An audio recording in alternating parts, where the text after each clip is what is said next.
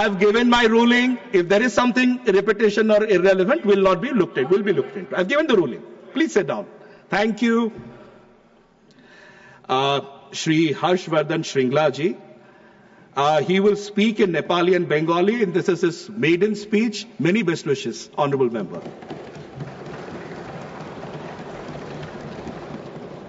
माननीय उपसभापति महोदय जी और इस गरिमामय सदन के आदरणीय सदस्यगणों, सबसे पहले मुझे इस प्रतिष्ठित सदन में अपना पहला वक्तव्य रखने का अवसर देने के लिए मैं आप सभी का हृदय से धन्यवाद करता हूं।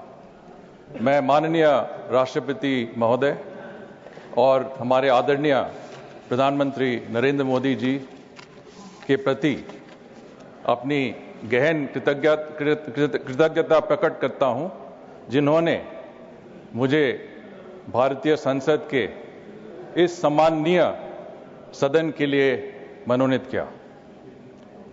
आज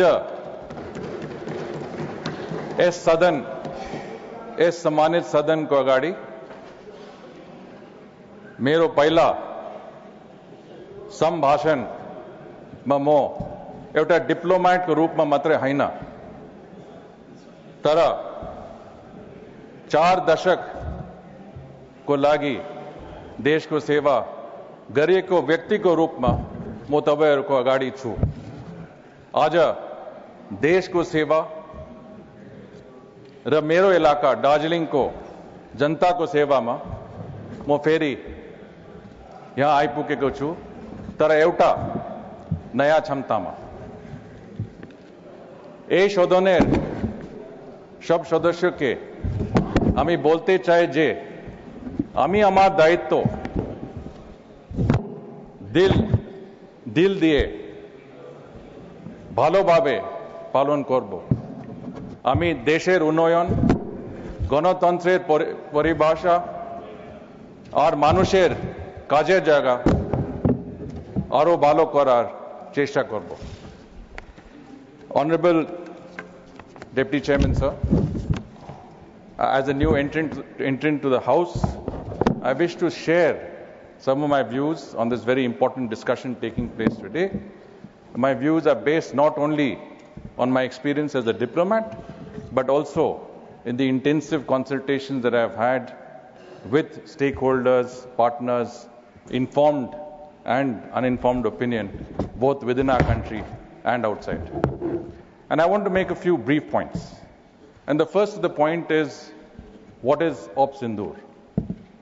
And I think on the night of the 7th of May, we saw a very precise, highly calibrated, intelligence-driven strike in Pakistan and Pakistan-occupied Kashmir. And as Honorable Raksha Mantri have told us, those strikes were targeted at terrorist entities that have been waging a war of terrorism against our country. हमने पाकिस्तान के सीना में, पाकिस्तान के Punjab province के मुरिड के और Bahawalpur province में छापा मारा और जैसे रक्षा मंत्री जी ने बताया, इससे 100 से ज्यादा आतंकवादी खत्म हुए और इनमें से कई ऐसे आतंकवादी भी थे जो यूएन सिक्योरिटी काउंसिल के मोस्ट वांटेड टेररिस्ट के लिस्ट में भी थे। और इससे हमने न सिर्फ हमारे देश का हित पूरा किया, पर अंतर्राष्ट्रीय समाज, इंटरनेशनल कम्युनिटी का काम भी हमने करवाया। And I think if you look at the fact that this is the first time India has employed AI-enabled satellite surveillance and hyperspectral imaging in a live op, allowing for precise targeting in complex terrain, we have to congratulate our armed forces, congratulate our scientists, and congratulate those who have given us the vision of an Atmanirbhar Bharat in our ability to destroy our enemies and those who are opposed to us in a manner that is so precise that not one single person, not a single collateral damage has taken place outside of those terrorists who were killed. And I think that is a great achievement, and we must salute our armed forces in this regard. Now, after the Pahalgam terrorist attacks, I think there is not a single country that did not condemn in the strongest terms this particular attack. And if you see the UN Security Council in a statement of the 25th of April, it specifically states that the perpetrators, organizers, sponsors, and financiers of this reprehensible act, which is the Pahalgam Act of terrorism, should be held accountable and brought to justice. And we have done exactly that. As per international law, we had the right to go after terrorists. Article 51 of the UN Charter states that the country has a right to self-defense, and today that is increasingly being interpreted as being that those non-state actors that indulge in terrorist activities with impunity in another sovereign state can also come under this act of self-defense. And India has exercised this act of self-defense, and I think what we have done, very few countries in the world have really dared to do. There are other examples. The United States has used Article 51 in attacks against the Taliban, against the ISIS, and we have used Article 51 in eliminating terror bases that have been opposed to us in the heart of Pakistan. And I think that is a great testament in many senses also to the fact that today we have organizations like BRICS, we have the Quad, that have condemned in the strongest terms this terrorist attack, and the fact that countries like Saudi Arabia have mentioned the word cross-border terrorism. Prime Minister Shri Narendra Modi was in Saudi Arabia when this terrorist attack took place on 22nd April.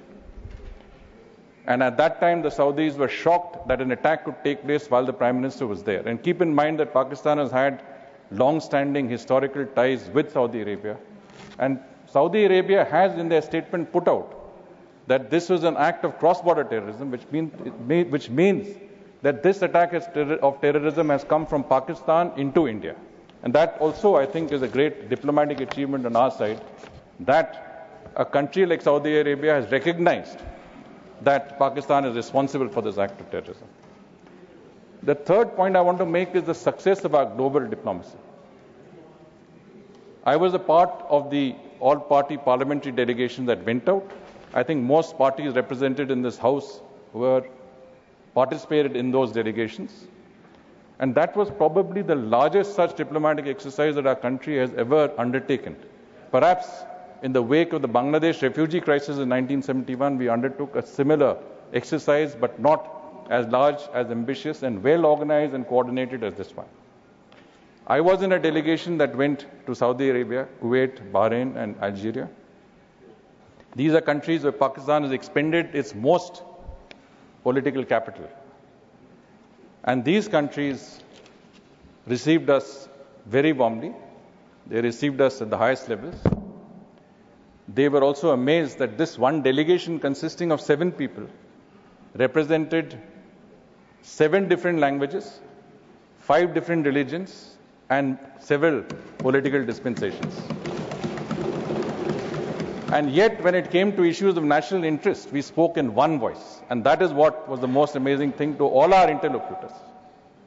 And when we spoke to them, or rather when they spoke to us informally, they were very, very sympathetic. They said, your message on Op Sindoor has been loud and clear. It is a very, very strong message.